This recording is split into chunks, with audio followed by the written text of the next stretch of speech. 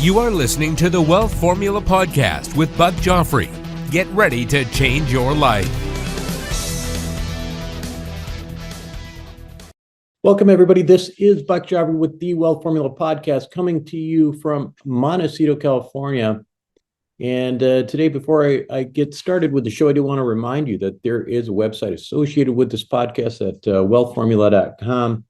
Lots of resources there, opportunities to sign up for our investor club if you are an accredited investor. And also, there are other sorts of downloads and things like that you might want to check out as well. So go check out wealthformula.com.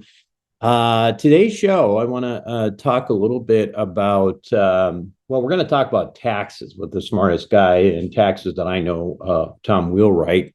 Before we get into that, I just kind of want to make a comment here in general about the economy. Now, I'm not generally a doom and gloom podcaster as a general rule. There are plenty of those out there predicting the zombie apocalypse all the time, and I've kind of sort of made fun of them in the past. Listen, I just think that there is a certain genre that sort of continues to get people riled up in general, because the fear kind of is something that does sell, and so it's easy to get people excited. However, despite the fact that I have previously, kind of made fun of that type of scenario, what I will say is that the zombie apocalypse may not be quite here, but I will say that I have seen some questionable zombie-esque characters running around town lately. And it has occurred to me, however, that most people aren't seeing what I am seeing. After all, the job markets are humming along just great. And inflation, well, it's actually decelerated. Inflation numbers came in today, and they were maybe slightly higher than projected, but still kind of not head turning in any sort of way, and pretty reflective of what we saw last month as well. So if you're a high paid professional, you're out there cranking away at your job. And believe me, I know, because I used to be one just like you, a day job kind of guy. And nothing really seems that much different out there, because listen, there's been a little bump in the price of groceries, but you make enough money. I mean, you don't really notice the difference in the price of milk and bread, and maybe gas annoys you a little bit here and there, but the thing is, you're overall, you're just fine. So in fact, you might actually be wondering, and you might be irritated. Well, everything just seems fine, so why aren't my investments performing very well? And I get it. I get where you're at. But from where I'm seated, I got to tell you, it's kind of scary out there. Okay. The investment real estate market is in turmoil, and there's a significant amount of distress because of, well, come on, the steepest increase in interest rates in American history over the last year. When that happens, things are not status quo. So the reality is, real estate syndicators like me throughout the country really are chanting the same thing: stay alive until 25. That's basically the mantra. The office sector of real estate is already bathing in blood. The majority of that debt is, it's held by small regional banks. And I got to tell you, when you look again at the potential systemic issues that are headed our way, it's hard for me to believe that we won't have further bank failures, or certainly bank distress. And what about the fact that it looks like we're going to have another war in the Middle East? What do you think that's going to do to energy prices? Guys, it's kind of scary out there. Pay attention, right? This is real. This is why we're trying to pay attention to what's going on and be educated. 2024 is likely to be a very, very tough year, and there will be pain. And the global economy is not the fault of one person or a single company. So stop pointing fingers. Now, there is a silver lining to this all. And as much as these transitional periods cause pain, they are also opportunities. Every successful person that you will meet who's lived long enough will tell you the same. Those who can overcome their own fear and can act rationally during this time will be having some of the best years of their investment lives in the coming few years here. In the meantime, you got to take the time to make sure that you've taken care of other housekeeping items, right? I mean, you're still waiting, there's still distress, there's still opportunities on the way. Make sure you do the stuff that you got to do, the monotonous but important stuff. Make sure your asset protection is in place. Give my buddy Doug Lodmell a call. Make sure that you're protected. Make sure your estate planning is done.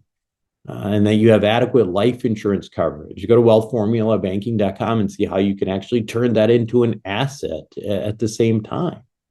Do the mundane things that have to be done for personal finance planning right now, because there's not that much going on. I mean, it's sort of the lull, in my view, before the storm.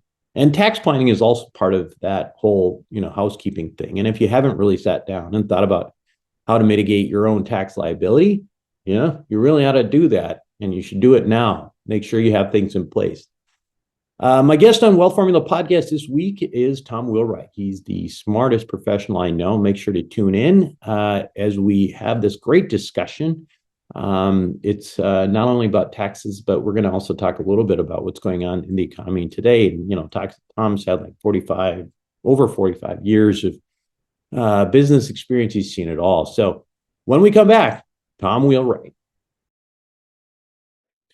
Welcome back to the show, everyone. Today, my guest on Wealth Formula Podcast is my old friend, Tom Wheelwright. Tom, I've referred to him many times as Michael Jordan of taxes. He's got a book called Tax-Free Wealth. He has a second edition on that as well.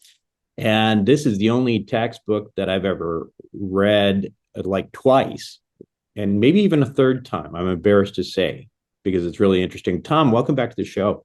Oh, thank you. And the good news is third edition's coming out this fall. Oh, is it? Okay. Well, I'm going to have to give it another go then. So, hey, Tom, I'm so glad you're joining us. And, I want to get, the core of what I wanted to get at today was some basics, because sometimes I feel like we get so into the weeds on this show. And I was doing so many shows on macroeconomics and, all this kind of esoteric stuff, where it seems like a lot of people who are listening to this show, maybe they're relatively new, don't know that much about some of the basics. And that got me thinking about what my first sort of realization was. And that was from reading Robert Kiyosaki's Cash Flow Quadrant, right? And really, that is a tax book, right? That's really a tax book. And I wanted to see if you could help us kind of, for people who are out there who are sort of newer to this stuff, put this into context. Why is it so important? What is the cash flow quadrant, first of all? So first of all, cash flow quadrant is really just a simple way to think about how do people make money, kind of categorize how you make your money, which is really the first question any advisor should be asking you is how do you make your money? Certainly any tax advisor. What Robert and I have discovered as I've traveled around the world with Robert Kiyosaki over the years is that how you make your money makes a big impact on how much tax you pay. So, if you make your money as an employee, you get taxed at a different rate than if you make your money as a business owner. And if you make your money as a professional investor, you pay an even different rate. So that's actually a very important thing. I love that you see Cash Flow Quadrant as an accounting book as a tax book, because I see Rich Dad Poor Dad as an accounting book. Yeah. It really is. I mean, he spends most of the time on financial statements, right? It's all about the financials. So that's your report card in life. And for me, the Cash Flow Quadrant book was particularly enlightening, because I think, I was I was one of those students who went to medical school and got a high paid job, right? Yep. And I actually didn't even really, as crazy as it is that my dad is a real estate entrepreneur, I didn't even realize like these differences existed. I really didn't. And I would say that a lot of this is my dad's fault for not teaching me and just, letting me go off into this world of being a professional. But let's talk a little bit about that, because you said there are differences. How are they different? I mean, they're different not because In some cases, they're different because of the rates, but they're because of advantages or disadvantages you're able to. Yeah, You're so dealt with. it's actually a couple of things. It actually is the rate. So, for example, big business gets a 21% tax rate, where Sure. small business you're paying at least, you're probably paying anywhere from 30 to 37% tax rate in the U.S. So the tax rate themselves, investors, they're paying capital gains tax. They're down to 15 to 20% on capital gains. So there really are rate differences. The Right. other thing, though, is you're right. There are advantages. So the very first thing to understand, and this is kind of the whole premise of tax-free wealth, is that the tax law is a series of incentives. And then you have to look at who are the incentives for. And they're for people that the government wants to encourage us to use our money or spend our time in a certain way. And over the years, now, it used to be employees weren't taxed at all. They weren't taxed. And it's evolved. The tax laws evolved over the years so that employees are now very highly taxed and they get basically no tax benefits. I mean, 2017, the last big tax law change, eliminated most deductions for employees. No longer can an employee get a home office deduction. No longer can an employee get investment deductions. No longer can an employee get a deduction for taxes, except for $10,000. So employees lost a lot in the 2017 tax law. The doctors and lawyers and accountants, professionals like you and me, Robert likes to say, you go to school, you get a job, great, you pay 40% in tax. Then you go to advanced schooling, you get to pay a higher tax rate. Right. Raise it to 50, 60%. But there are advantages to being a business owner. So even if it's just owning your own practice, the basically deductions you don't get as an employee, you do get as a business owner. Right. And in that case, I know some people who are W-2 types right now don't even know really what we're talking about. And just specifically, if you're, if you're in this, you put a shingle outside your shop and you start a practice, and you are, Buck Joffrey, MD, and you're doing this, you pay an additional tax for that, and it's just in the form of self-employment taxes.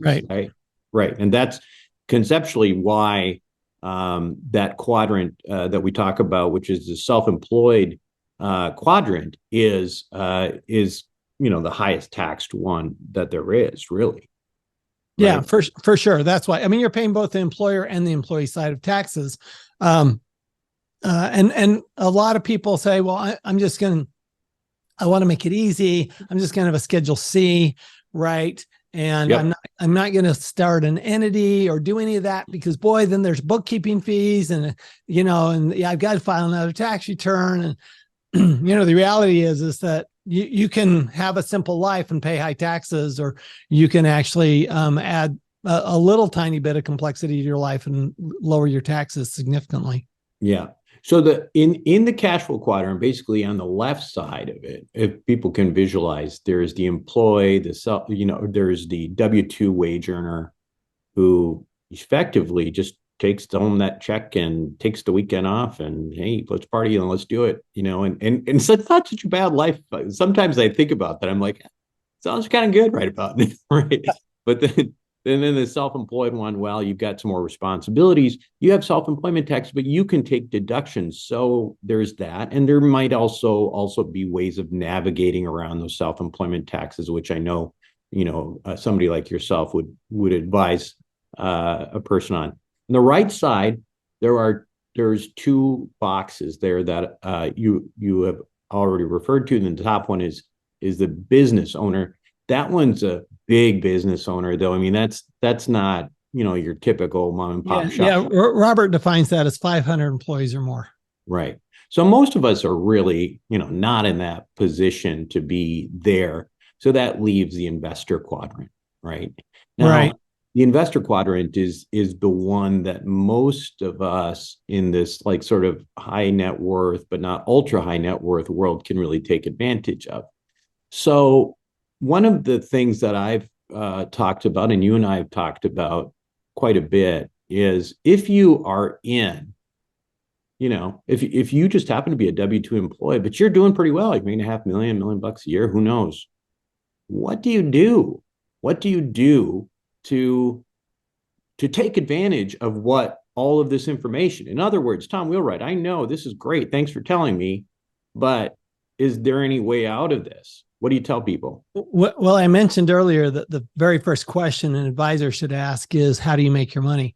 Right. The investor quadrant, this goes to the second question that your advisor should ask, which is, what are you going to do with your money? Because what you're going to do with your money has a big impact on your taxes. For example, in the US, if you save or spend your money, you pay tax on the money. If you invest your money in things the government wants you to invest in, like real estate, like energy, like business, like agriculture. I identify 7 in my newer book, The Win-Win Wealth Strategy, 7 investments the government really wants you to do. If you do that, then you pay less tax. So the investor quadrant is really about, if you're not going to be in business, what are you going to do with your money that you're not spending? And how you invest that money has just an enormous impact, or could have an enormous impact on your taxes. Right.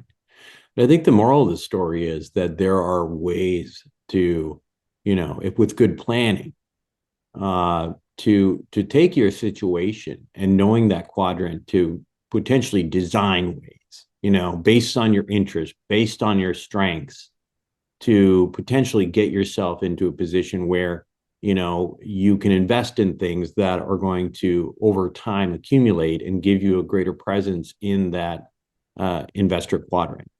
Yeah, Buck. So when I first started traveling with Robert, I used to get all these questions like, how do I find an accountant like you, and so forth. And as you know, we built a firm, and then we sold the firm, and then we built a network, and then now we're building a franchise. And what happens is I'll talk to prospective clients, and I always ask them the question, what are you going to do with your money? And what's shocking to me is 95% of them say, I don't know. I'm going, you spend all this time, like literally more time working than you do sleeping, and you're making all this money, and you don't know what you're going to do with the money. And so, that really simple question is something that you want to really do a little introspection, is knowing what do I want to do with my money? Because like you say, you're going to pay attention if it's something you're interested in. If you're not interested in it, you're not going to pay attention to it. And frankly, you might as well put it in a pension plan and sock it away in the stock market, because you're not going to pay attention to it. And you might as well be diversified, right? But if you go, well, wait a minute, there's some areas, types of investing that are really interesting. For me, it's business and technology. For you, I know it's real estate. I also like energy. But you go, well, if there's something I really like, man, I'll take time to learn it. And once I learn it, I reduce my risk. The more education I get, the less risk I have. And then I can learn, okay, now what are the tax advantages, and how do I plan that out so I get all the tax advantages, frankly, that are intended? Because a lot of people give up tax advantages. I'll give you a simple example. I've talked about this. IRAs and 401ks, there are certain assets that are really good for those. Stock market, bonds, interest bearing assets, really great for those. But real estate's not one of those. You lose all the tax benefits of real estate by doing it through a IRA or 401k. So what you have to do is you have to first decide what type of asset am I going to invest in, and then you decide, how do I set this up so that I get all the tax benefits? I always kind of think about this as, the investment part of your life, right? You make a very good point, which is, there's people out there who spend all this time, really like a lot of time working and making decent money. But the fact that they are not willing to spend a little additional time to make sure that money is actually going out there and, and taking responsibility for it. Like I liken it to, starting another business or having another business. I mean, your money is your business. It's an investing business, right? And if that's the case, then you want to make sure that you are, you learn a little bit about it, that you're really on top of it. If you don't, I mean, certainly could do what you said and just put your money in IRAs and all that kind of thing in the stock market. And I'm certainly not against the stock market in any sort of way, but my point is that is probably not going to get you to where you want to be in the long term if you're trying to fundamentally change your place in the world based on your investments. No, that's fair, Buck. The question is, do you want to be in control of your life, or do you want somebody else to be in control? I mean, to me, that's what it comes down to. Right. I'm going to be the youngest of 6 children, and I was never in control growing up. So I made a decision early on that I'm going to be in control of my future. And even if it's bad, if it's me that's caused it to be bad, I'm okay with that. Right. Yeah. What I'm not okay is, I think about you're an employee, and now if you're a professional and you're an employee, your chances of getting another job are pretty good. But remember, you only got one customer. Yeah. Having a single customer, I'm going, man, that is a risky business. I mean, seriously. Yeah.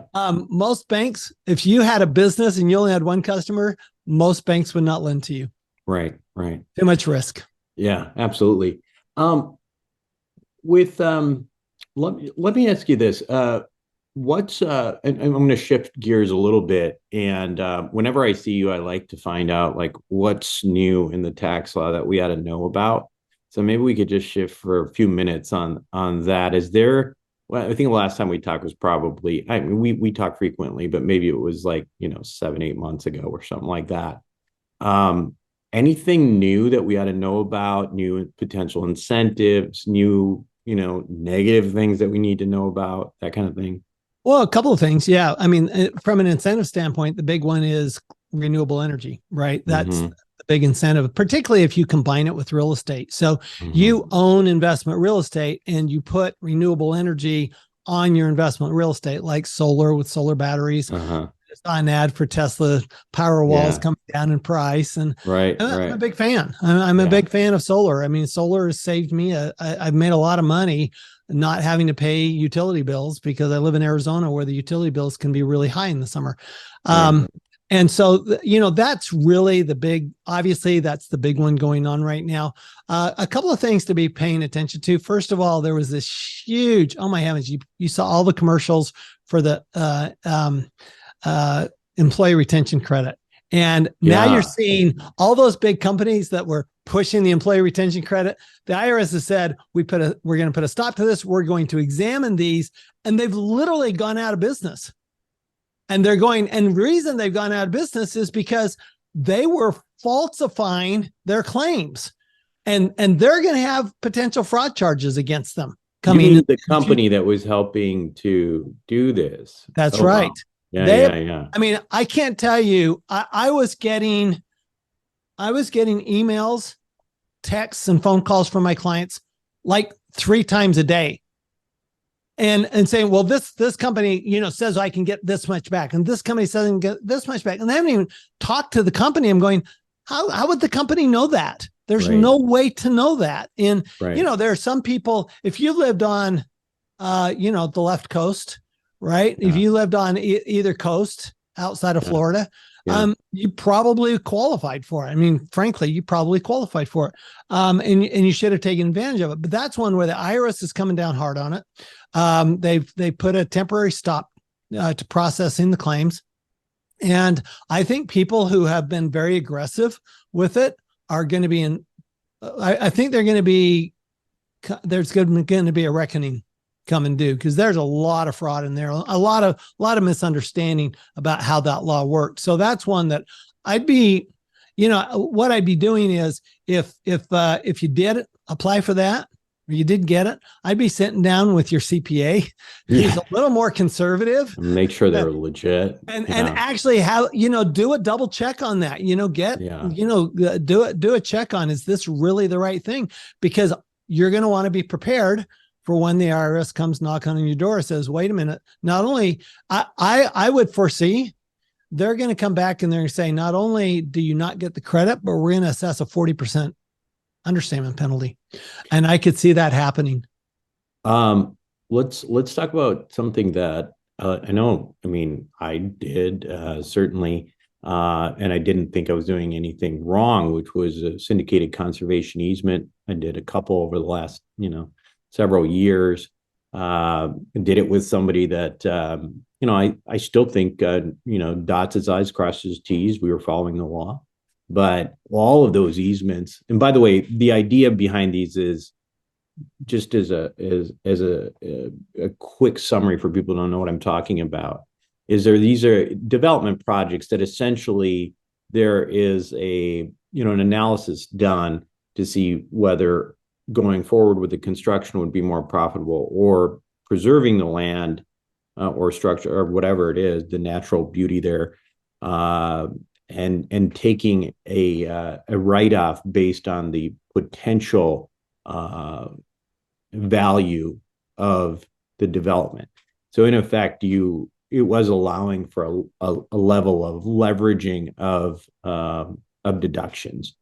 That was the law. So a number of us were actually doing that. And I think part of the problem was that they were syndications. And I think that's where the IRS started to crack down on, right? And now virtually all conservation easements across the border are like under audit. Yeah. So two things happened. First of all, the IRS started auditing these several years ago, and they actually started winning. There was a really bad tax court case, which had a really bad decision. This is back in 2016. Everybody changed their language, their documents, and now the IRS started losing because they said, okay, if the court says we have to do this, we're happy to do that. So what happened was, the end of 2022, we actually got a new law that restricted the deduction on conservation easements, syndicated conservation easements. They're still out there. They're still viable. Here's an interesting one, though. So here's a development I've seen. Conservation easements are partnerships, which means the deduction flows through to the partners. Right. So what I've seen lately is a lot of these conservation easements that are under audit electing to be C corporations, which means that the tax is going to be to the C corporation, probably because of the way they changed the partnership law, which means that the partners aren't going to get hit with it. We're going to see what happens there, Buck, but that is a really interesting development. So if you had a conservation easement, then and you got a K1 for 2022, and it did not say it was a final K1, and it said, and you're expecting a K1 for 2023, you might want to talk to those the promoters and say, have you thought of being a C corporation, because this has the potential, we don't know yet, but has the potential of eliminating the tax. So wait, explain that to me again. So normally that would flow through, and that's why we were all doing it. But what benefit would it be to us? So here's what happens. Yeah. So as part of the tax law changes over the last several years, one of the big tax law changes was that you can no longer amend a partnership return. Now what you have to do is you have to do what's called an administrative adjustment request. And when you do an administrative adjustment request, and that, by the way, that request can either be by the taxpayer, the partnership, or it can be by the IRS in an audit. Mm-hmm. Any tax that's due, any taxable income that results from that change is taxable in the year of that it's determined that you made that determination. You actually made that request. So in other words, if I have a 2018 tax return, and the IRS is auditing it, and in 2022, we decided to be a C corporation. That means, and now the IRS comes up with an assessment in 2023. Well, that's now taxable in 2023. To a C Okay. corp. But now it's taxable to a C corp. And who's liable for that? Well, just the C corp. Well, these are single purpose entities, Buck. Yeah. Wow. So I think there's some real potential opportunity there. Wow. Real potential. Well, that's good to know. I need to make some phone calls for this, but well, good. That's good stuff. The last thing I want to talk to you about is not really tax related.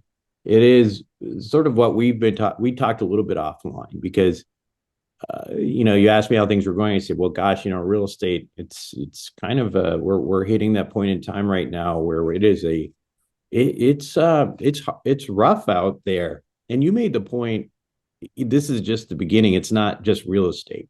And so you've been around for maybe just a little bit longer than me, just a little bit.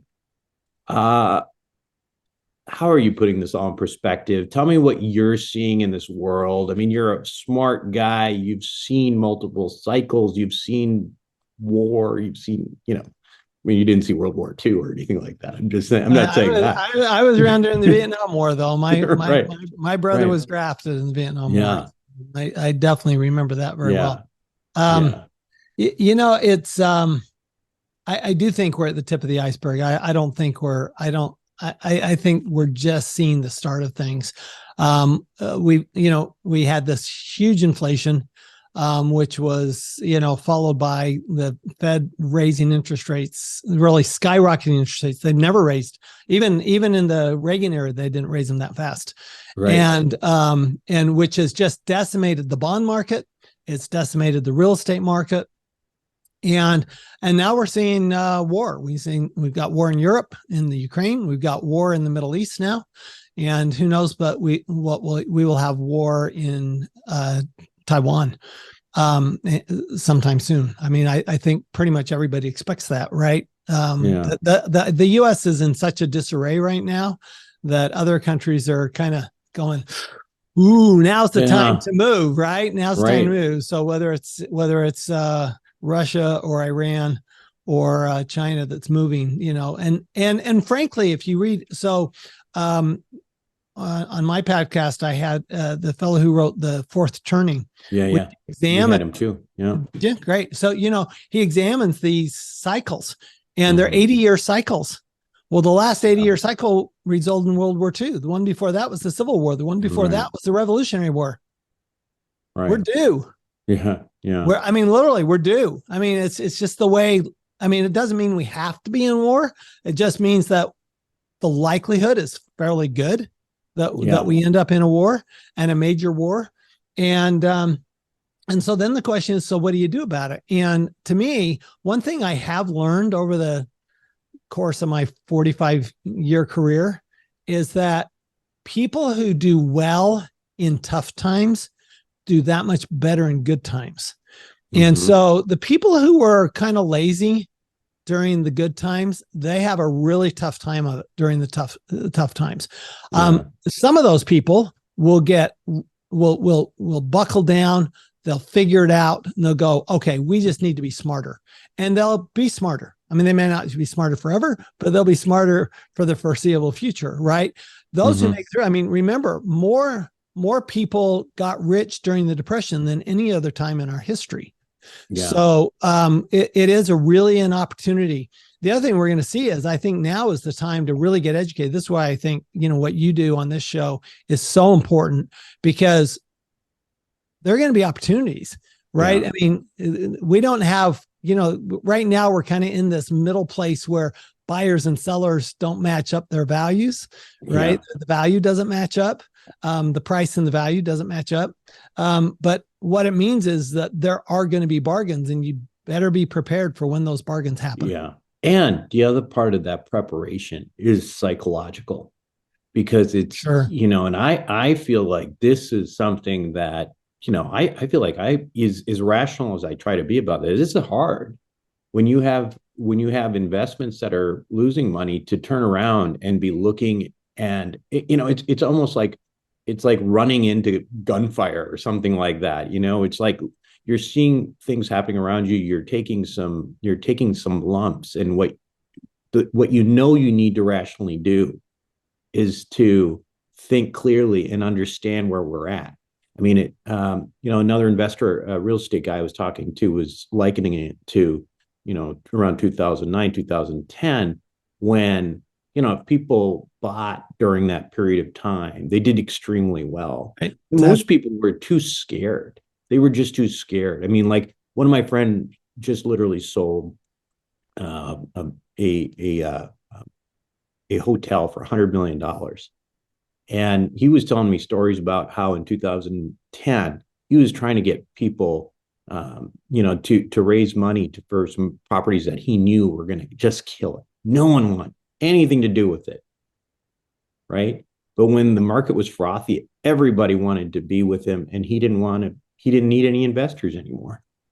So it's just that kind of thing where it's like this reverse psychology, or this psychology issue that we constantly have to deal with. Right. And that's, to me, that's one of the things that I'm constantly trying to even just coach myself on. Oh, for sure. Financial intelligence and emotional intelligence, they go hand in hand. Right. Absolutely. Well, listen, this is always fun to catch up with you, Tom. Good stuff all around, some basics, some information that we can take with us from some broad perspective. And it's always great to have you on. The books, again, we've got Tax-Free Wealth, and then I forget the name of the other one. The Win-Win Wealth Strategy. The Win-Win Wealth Strategy. I've read them both. I've read Tax-Free Wealth several times. A new edition is coming out. In addition to that, there is we talk all the time about the importance of getting very good, investing in good tax help. And you have a company that helps people get connected to those individuals. And it's called Wealthability. Do you want to talk a little bit about that? Yeah, sure. So we actually we have a network of 60 CPA firms around the country. We train them. We are actually converting them to franchises right now. So we will have actually even more say over how well trained they are and the quality that they're able to deliver. We'll be able to actually have a little more input there as franchises. And and what we're happy to do for your listeners, Buck, is if you go to wealthability.com and schedule a call, then we'll actually just give you a second opinion on your tax situation. We'll tell you, are you paying the right amount, too much, not enough? We'll even tell you that if we think you may be underpaid. I mean, that happens once in a while, frankly. But most of the time, people are paying more tax than they need to pay. And we're just happy to give you that second opinion. Right. That's fantastic. And if you do decide, and work with Tom's group, make sure you let them know that you're with Wealth Formula. That is also helpful just because, we want to make sure that our folks get matched up with the appropriate groups. I mean, I would say that our listeners here on Wealth Formula tend to be a little bit more sophisticated just because we're talking about this stuff all the time. And that's certainly helpful to match up with the right personality and the right situation. For sure. That's very helpful. Let us know. And just so everybody knows, I mean, Buck and I talk about this on a fairly regular basis, and Buck's always making sure, okay, let's make sure we get these people to the right place. It's most important is that they're in the Wealthability system. And then we need to make sure they're with the right advisor within the Wealthability system. Thanks so much, Tom. We'll be right back.